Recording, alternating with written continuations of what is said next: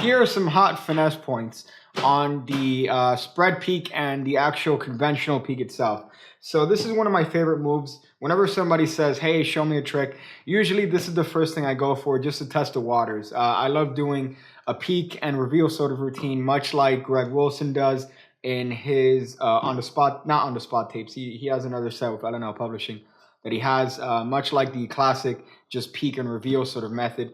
That's what I like doing right off the bat when somebody hands me a deck of cards. So here's a couple finesse points on the actual peak itself that allow you to almost seem to the spectator that you never look in the direction that that supposedly the cards are. So when usually I do the peak, I always do this sort of peak where I spread the cards out this way.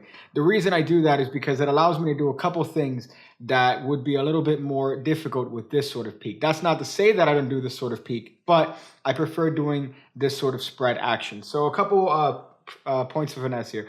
So the first thing, just for this conventional sort of peak here, if I am going to do this peak, there are still a couple touches that I like to add in that hopefully you guys could make some use of. So the first thing that I do is when I first learned this sort of peak, it was from Marlowe's books, Fingertip Control.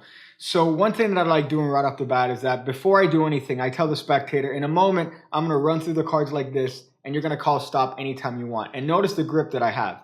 So I hold the cards sort of in the lower left corner here as I kind of show what's going to happen in a bit. The reason I do this is because if the spectator does happen to remember this actual procedure and this sort of action, they're going to more likely remember this, which is very unconventional, and it's going to seem all the more fair. So I just like doing this right off the bat. I say, oh, I'm going to have you call stop anytime you want. Then I get into a traditional peak grip here. So one tip that I like doing too is to bevel the deck. The reason I bevel the deck is because that's going to cover the break that you're going to have later on, and it becomes infinitely easier. So you're going to bevel the deck towards the right.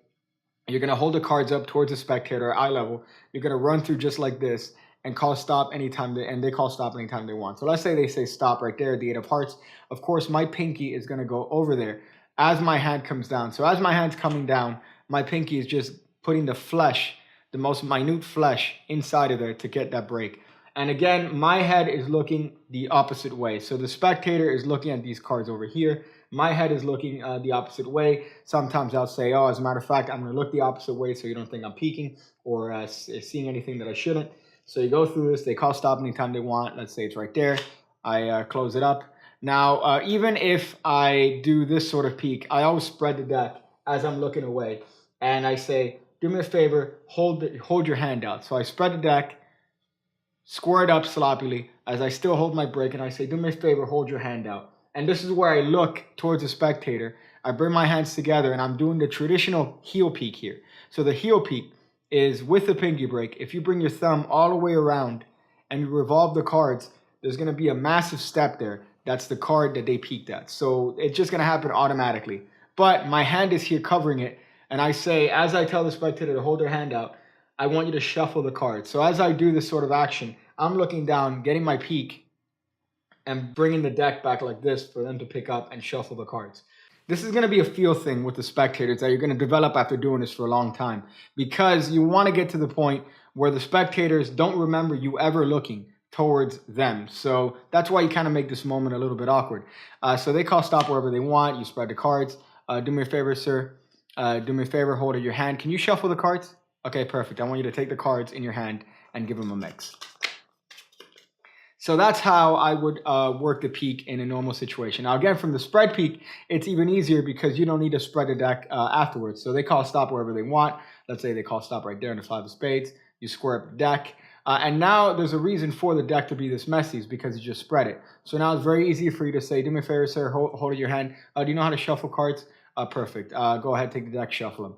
So it becomes even easier to get that heel peek because of the condition of the cards and because they're all spread. That's why I do prefer doing this traditional spread peek. And it even has the illusion of being more fair to the spectator. For some reason, just this openness makes it seem like you really don't have any sort of control on the deck.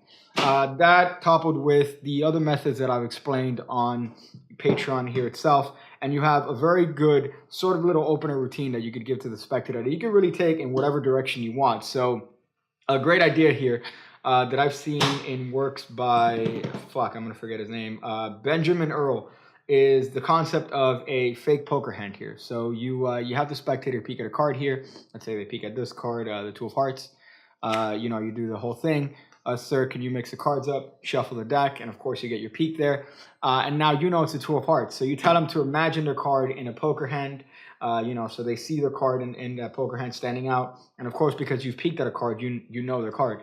So from there, you could even reroute them and have them think of another card. So because you've peeked at that card, for example, the Two of Hearts, you could even lead them to think of another card that is the opposite of the card. So for example, let's say you've done your peek, it's a Two of Hearts, and you tell them, do me a favor, let's just try this. Think of a card that's the complete opposite of your card. So if you're thinking like a low number card, think of like, for example, like a Jack, a Queen, or a King. You got that? All right, perfect. So just think of that over in your head. And if you're thinking of, of a heart card, think of a spade, for example. If you're thinking of a diamond, think of a club, just like that. And of course, that leads them to think of a court card, a spade court card. And from there, you could fish a little bit with that. So you not only have one card that you thought of, you could actually lead them and veer off into another thought of card based on that first card. So there's a lot of different things you could do that peek. And I'll be sharing more ideas like that on Patreon. But this is just a video just to give you guys a little bit of finesse on the actual peek itself and the actual way I do the peek and the way I've done it traditionally. So there you go. I hope you guys enjoyed that. Thank you very much again for being patrons. I hope you guys are getting some hot stuff here. And y'all keep not sexually harassing people. That's always good.